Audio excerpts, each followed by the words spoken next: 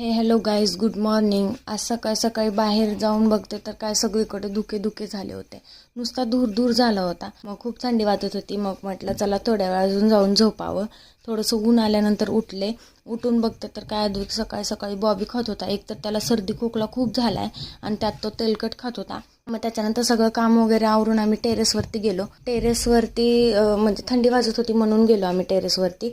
मग म्हटलं टेरेस पण बघावं कसं दिसतं. तर खूप अशी भीती वाटत होती आणि टेरेसला आमच्या साईडने कट्टे बांधले नव्हते, त्याच्यामुळे आधी कुठे पण पळत होता. मग भीती वाटत होती. मग त्याला खाली घेऊन निघाली की तो खूप रडायला लागला. मग तिथे खाली थोडी माती होती, तिथे त्याला थोडं खेळू दिलं आणि त्याच्यानंतर खाली घेऊन गेले तर तो खूप रडायला लागला, मला मातीत का खेळू दिलं नाही म्हणून. मग रडून झोपून गेला. मग उठल्यानंतर आम्ही मार्केटमध्ये गेलो. त्याला गाडीवर फिरायला खूप आवडतं.